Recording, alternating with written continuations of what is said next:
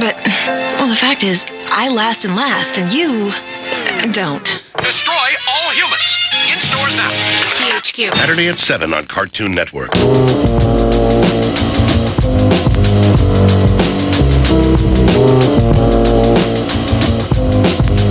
The new Pixar movie, Clothes. It's about the secret lives of clothes. John Ratzenberger plays a tie.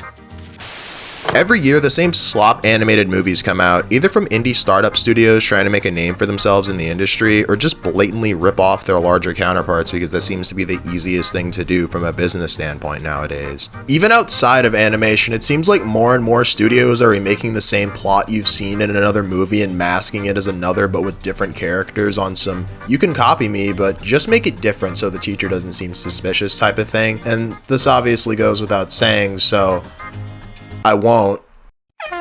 Especially in an area of something as animation where the point of it is to separate it from its live action counterpart and tell stories that can otherwise be told with physical beings. And every time without fail, it's the same people defending these atrocious old white man decisions with, "It's just for kids."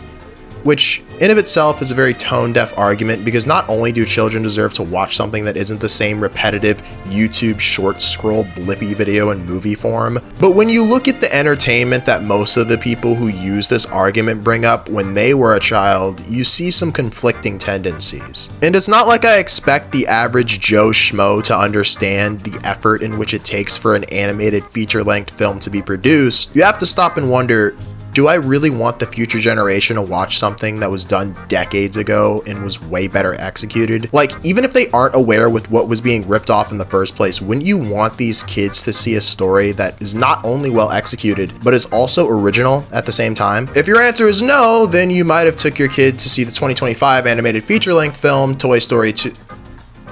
Sneaks. Wait. Yeah, Sneaks. Animated by indie startup Langy Studios, Sneaks follows Ty, played by Anthony Mackie. That's actually pretty cool. They were able to get him as the main character when he did a big blockbuster a few months ago. Anyway, Ty sets off on a journey across the streets of New York City, searching for his lost twin shoe, Maxine, that was stolen by the collector. That was voiced by Lawrence Fishburne. Another big name actor. I really hope this isn't a reoccurring trend, considering it's an indie movie and will heavily affect the budget of the...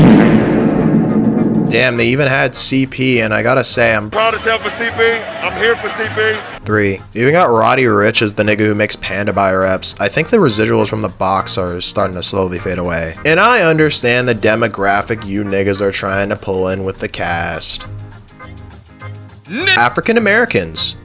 Sinners did it only using 2 big name actors, and I'm sure as shit that had more of a budget than this. And with that budget, they were able to flesh out other financial liabilities of the movie. When you apply giving DJ Mustard 3 lines in your indie animated startup movie, make Captain America your main character, along with Martin Lawrence, whose reputation right now is a bit washed. I don't know, maybe bro needed extra cast for that gas. Every interview of this movie, this nigga looks ass blasted off of the Delta 8 gummies. I'm not joking. And really the whole thing with the characters being talking sneakers, but come on, at least make it a little less obvious. Like, you guys had this shit set in New York, y'all could have had this set in Atlanta, shit, South Central LA, I'll even take motherfucking Arizona. Why the fuck would you guys do this shit to me?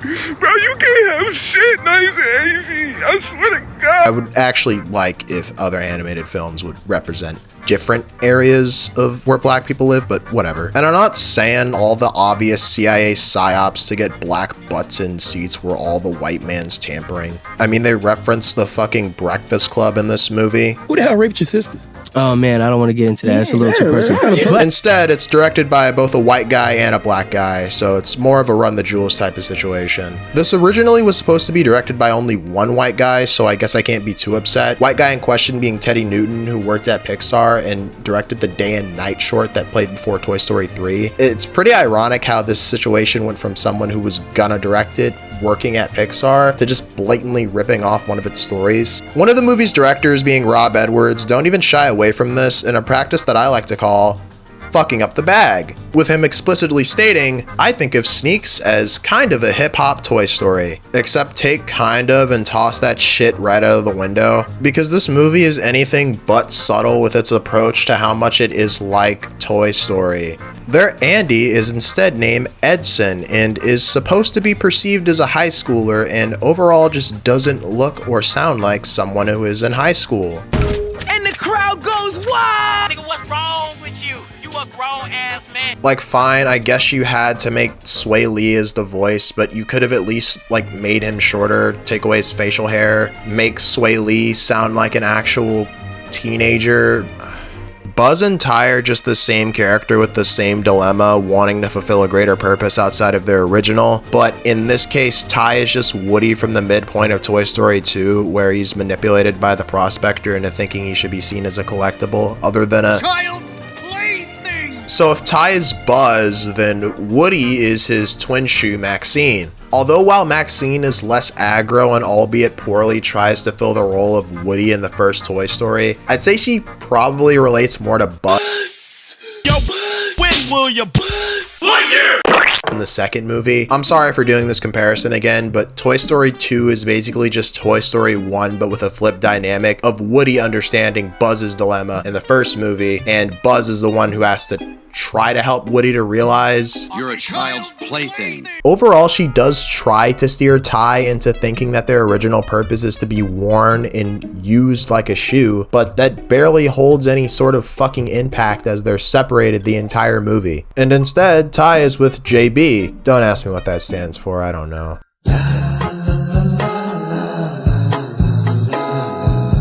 Oh my God.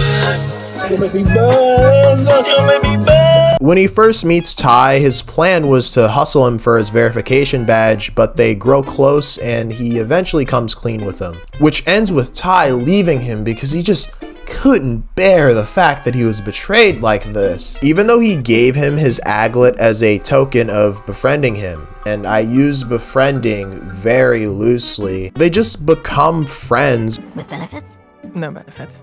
Worth a shot. Over this generic ass R&B montage and JB telling his backstory. And you know, I would understand if his backstory related to Ty and his dilemma or struggle in any sort of way, but it just doesn't. And it comes off as shallow and pedantic. This just doesn't even make sense considering his conflict throughout the whole movie wasn't even about making friends and was about seeing himself as a collectible. Woody and Buzz's friendship started when Buzz realized he was a child's plaything. Not because he thought Woody was a sad, strange little man. The main antagonists of this movie mirror the first two antagonists in the first Toy Story movies, the Collector and the Forger. I already mentioned what the Collector does, being the one who stole the main character's twin shoe to begin with, but the Forger just doesn't really contribute anything to the story. This Discord logo looking masked motherfucker, he's just in the shadows the entire time, bossing around the Collector, and he inevitably meets his fate getting curb stomped by the shoes. It's actually kind of crazy because they do a 1-for-1 rip of how Sid was being scared off by the toys at the end of Toy Story 1.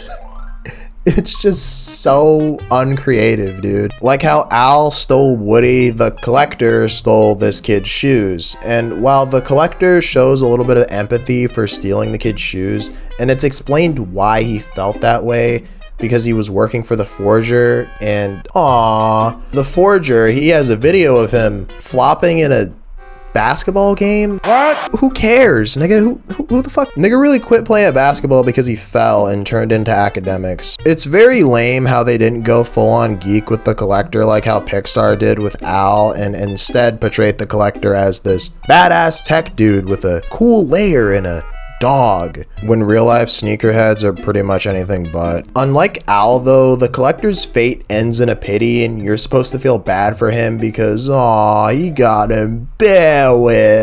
Like, fuck you, nigga. You weak as fuck, my nigga. Oh, mark ass nigga, girl. Oh my god. Also, there are these narrator shoes tied on power lines talking about the events of the story. Sometimes they unfold for comedy relief, and they do know what it means for a shoe to be tied on an electric cable, right? Oh god, one of them is a toddler's shoe.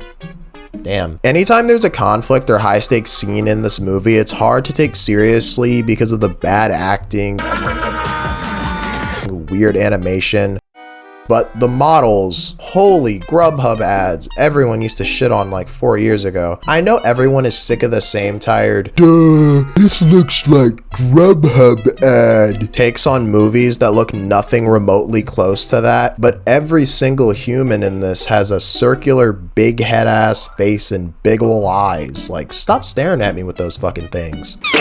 I will say that the shoes who you spend most of the movie with are pretty nicely animated, with the eyes and brows being 2D, with everything else being 3D. I don't like, however, how they give the tips of their laces these extra little aglets when they're talking sometimes to convey hand gestures. It just looks off. This film was independently funded by a lot of production companies. You never figure out when the hell the studio logos end and the actual movie begins.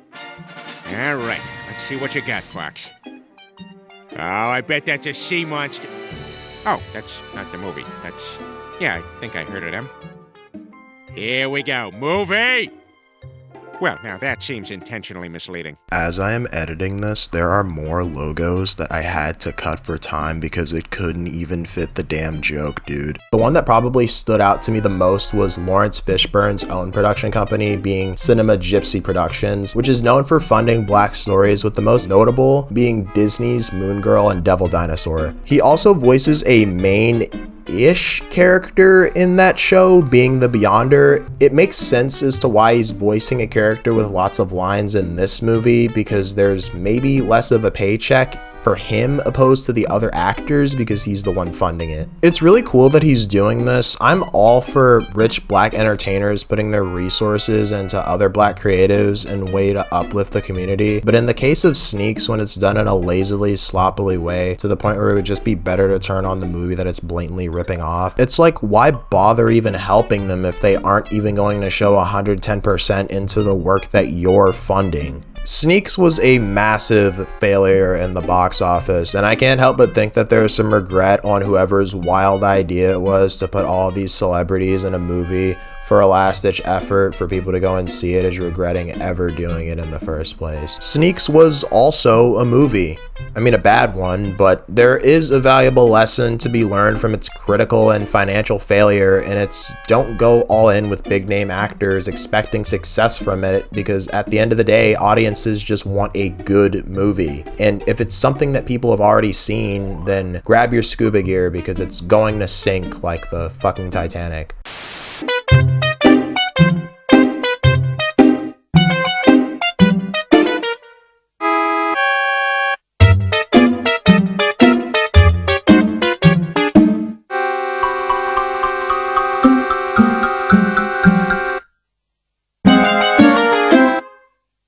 You played some iconic roles. What inspired you to lend your voice to a character who's both revered as a mentor and a bit of a jokester in the sneaker world?